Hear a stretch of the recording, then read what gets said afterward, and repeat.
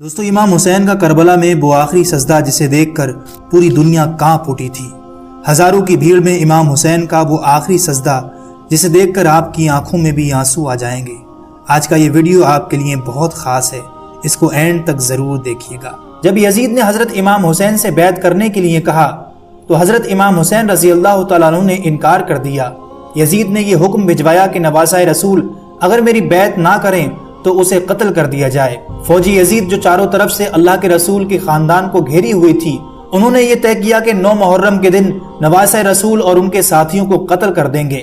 مولا حسین نے حضرت عباس رضی اللہ تعالیٰ عنہ سے کہا، عباس جاؤ یزید کی فوج کے پاس، ان سے کہو کہ نبی کا نواسہ کہتا ہے ہمیں ایک رات اللہ کی عبادت کرنے کے لیے دی جائے۔ حضرت عباس رضی اللہ تعالیٰ عنہ جیسے ہی امام حسین رضی اللہ تعالیٰ عنہ کا فرمان فوجی یزید کو سناتے ہیں تو وہ ہنسنے لگتے ہیں، اور یہ فیصلہ کیا گیا کہ اب جنگ 9 محرم کو نہیں بلکہ 10 محرم کو ہوگی۔ ہمیں اللہ کے دین پر قربان ہونا ہے۔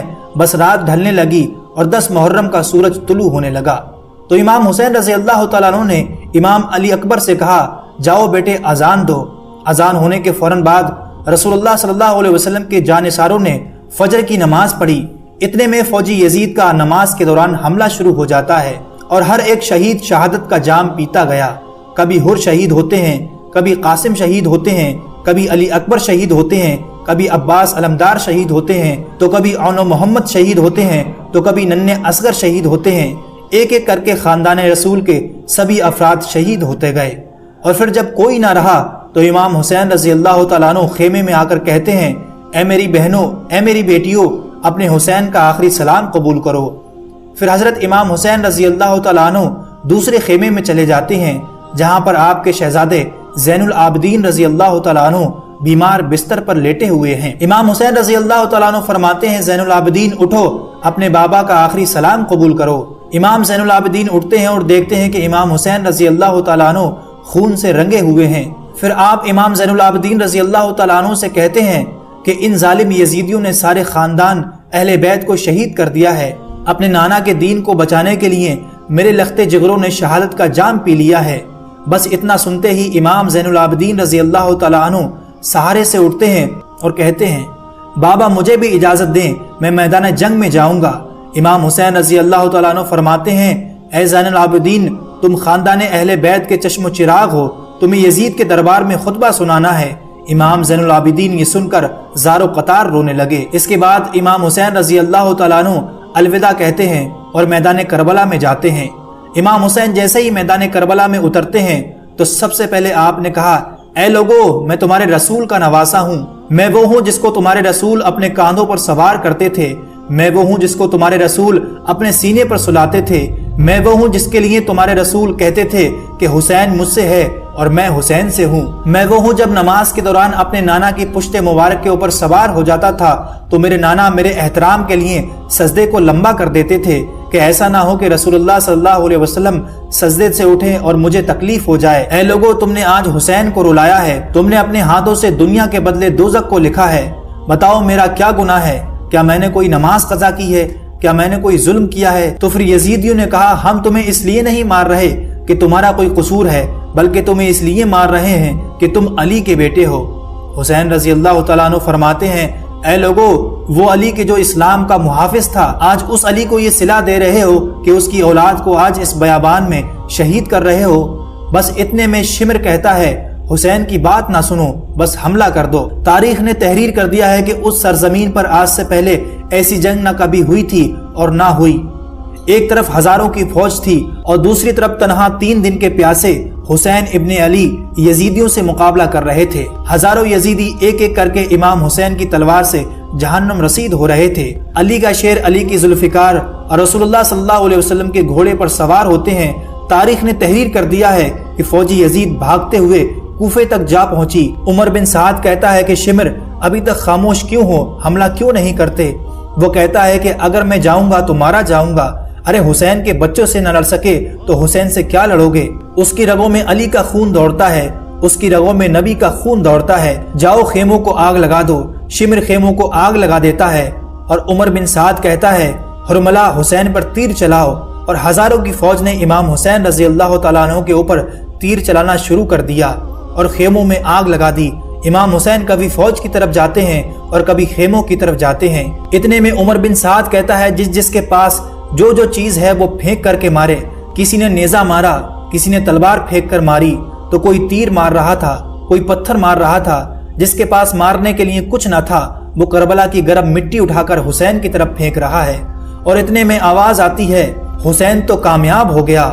امام حسین رضی اللہ تعالیٰ عنہ نے جیسے ہی یہ صدا سنی اپنے سر کو جھکایا، اللہ کا شکر ادا کرنے لگے۔ وہ پتھر، وہ نیزے، وہ بھالے، وہ تیر، وہ کربلا کی گرم مٹی امام حسین کے جسم پر لگتی رہی۔ امام حسین گھوڑے کی پیٹھ سے اترے، زمین پر گرتے ہیں۔ اتنے میں عمر بن سعد نے کہا حسین گر گیا ہے، جاؤ حسین کا سر قلم کرو تاکہ یہ خبر ہم یزید تک فوراً پہنچائیں اور ہمیں انعام ملے۔ جو قریب جاتا ہے اسے امام حسین کی آنکھوں میں رسول اللہ صلی اللہ علیہ وسلم کا چہرہ نظر آتا ہے، وہ روتا ہوا واپس آ جاتا ہے۔ اتنے میں شمر کہتا ہے یہ کام مجھ سے ہی ہوگا، لاؤ خنجر دو۔ شمر خنجر لے کر امام حسین کے قریب جاتا ہے اور امام حسین رضی اللہ تعالیٰ عنہ کا سر سجدے میں ہوتا ہے۔ شمر خنجر لے کر امام حسین رضی اللہ تعالیٰ عنہ کی گردن پر رکھ دیتا ہے اور چلانے لگتا ہے۔ شمر نے دیکھا کہ امام حسین کچھ پڑھ رہے ہیں۔ اس نے مسکرا کر سوچا کہ شاید حسین پچھتا رہے ہیں۔ اس نے سوچا کہ قریب جا کر سنوں کہ حسین کیا کہہ رہے ہیں، پھر جا کر یزید کو سناؤں گا۔ اتنے میں شمر کان قریب کر کے سننے لگا تو امام حسین فرما رہے تھے یا اللہ قبول فرما، میں نے تیرے دین کے لیے سب کچھ قربان کر دیا۔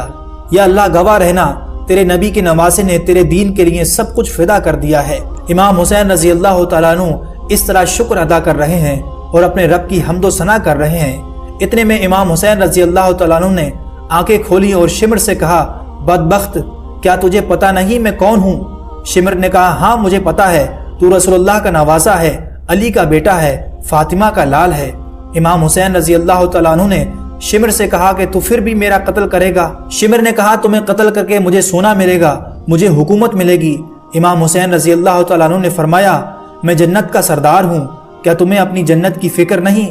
شمر ہنستا رہا اور امام حسین رضی اللہ تعالیٰ عنہ کی گردن پر خنجر چلاتا رہا۔ امام حسین رضی اللہ تعالیٰ عنہ اللہ کا ذکر کرتے رہے اور یوں نواسۂ رسول کا سر تن سے جدا ہو گیا۔